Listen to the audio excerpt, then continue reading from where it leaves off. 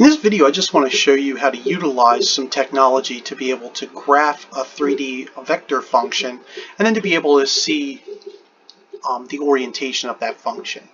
So when you load up this website, geogebra.org/m/ubrantner, it comes up to this default. All right, and I just want to run this really quickly just to show you what it does, and then we can enter the two examples that we had on the guided notes. So there's these buttons over here that you can click on or click off. All right, and what they'll do is they'll show you the vector, they'll show you all kinds of goodies. All right, I always try to keep these two on because it shows you the vector position and it also shows you the point of the vector. I also like to keep on this because this shows you the path of the curve, and then this is going to obviously just show you like as you trace it. All right, so I'm just going to run this. I always go all the way back. The default parameters are from -5 to 5 for t. All right, you can change those. I'm just going to keep them as is. All right, so I'm going to run this. There's a little button over here that you can run it with. You can speed it up, etc. if you want to.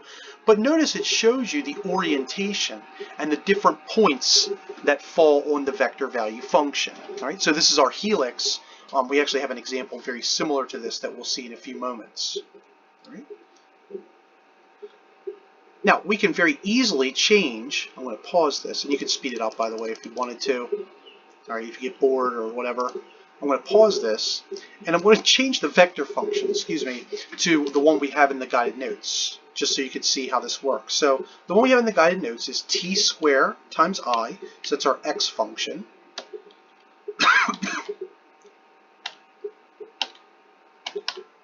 And then we have 2t,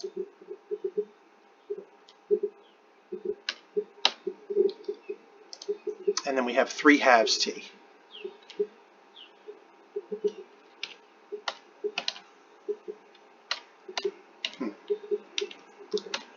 Not sure why 3/2t. All right. And so let's go ahead and execute this. Now notice it's a parabolic sort of relationship. All right, but it's not in the XY plane. Okay, I'll show you what that looks like in a moment. So let's go ahead and run this. All right. And you can zoom out if you wanted to. So I just click into the picture and then I just roll my mouse back.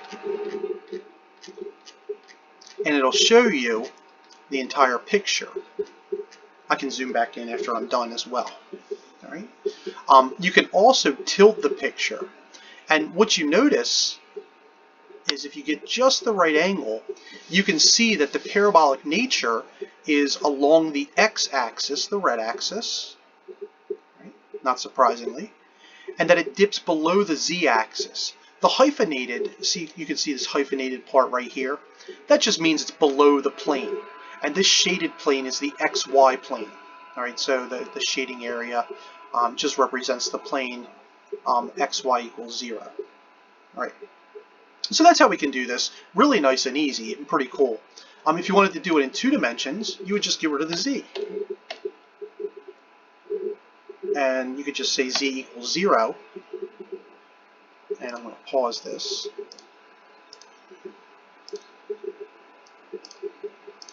And then reset it. And notice if z equals 0, then it's just in the plane. All right?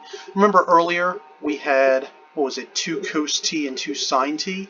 We can run that in the xy plane, and we can just have z equals 0. So 2 cos of t and 2 sine of t.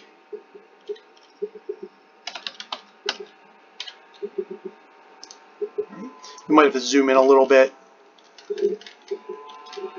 Right? And then we can go ahead and execute that.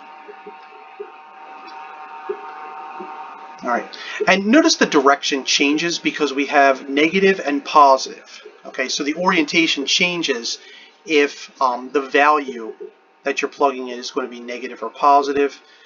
Let's just assume that t is going to be, if we wanted to, we could just go ahead, click in here, I'll pause the video, and we could just run it back and forth ourselves if the parameter just goes from the positive orientation.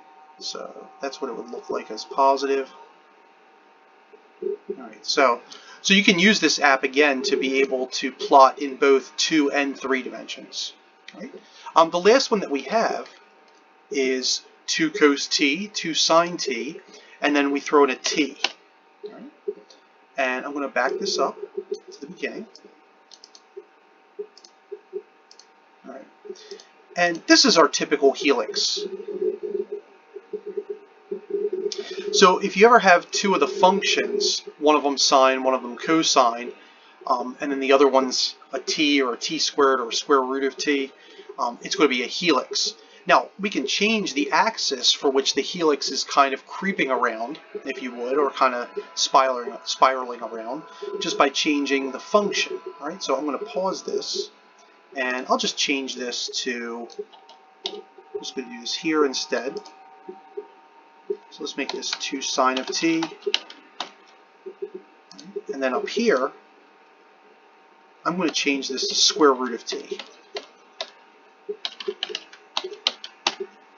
Right. And I'm going to execute it just to show you what this looks like.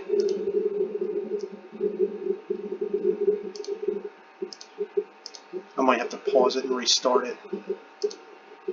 Oh, there we go.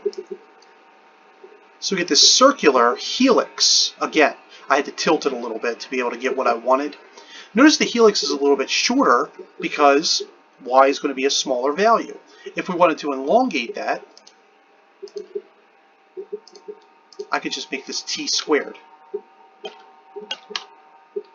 I'm going to go ahead and clearly now we get a much longer helix.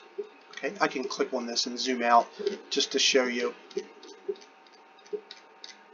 And if we tilt it, we can see that it's going both below and above the y-axis. Zoom out here. All right, so pretty neat how this works. All right, it just shows you the whole path, but if we were to zoom back in, it would just show you the path from -5 to +5. So that's why it gets up to like this 25, and then it kind of goes back. All right, so pretty neat. I urge you to go ahead and use this website to explore the nature of the vector value functions so you can truly get an idea of what a vector value function looks like, and maybe just change these functions around. All right, like one last one that I'll do. I'll just plug in a ln of t.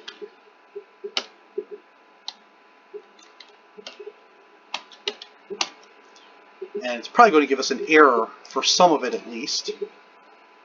Pause it, and I'll start it again.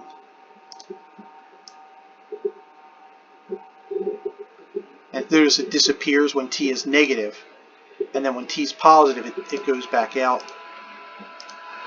So pretty neat. It looks like it almost has this asymptotic behavior as t approaches 0. We can slow this down. I'll get it back up here. And notice when t is really close to 0, so it's going to come in and try to speed it up.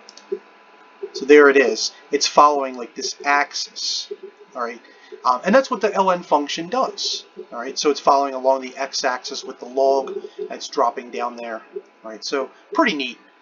So I urge you to go ahead and try to maybe explore, play around with it, whatever, just to see what these vector value functions look like. If you get a cool one, email me with it so I can run it.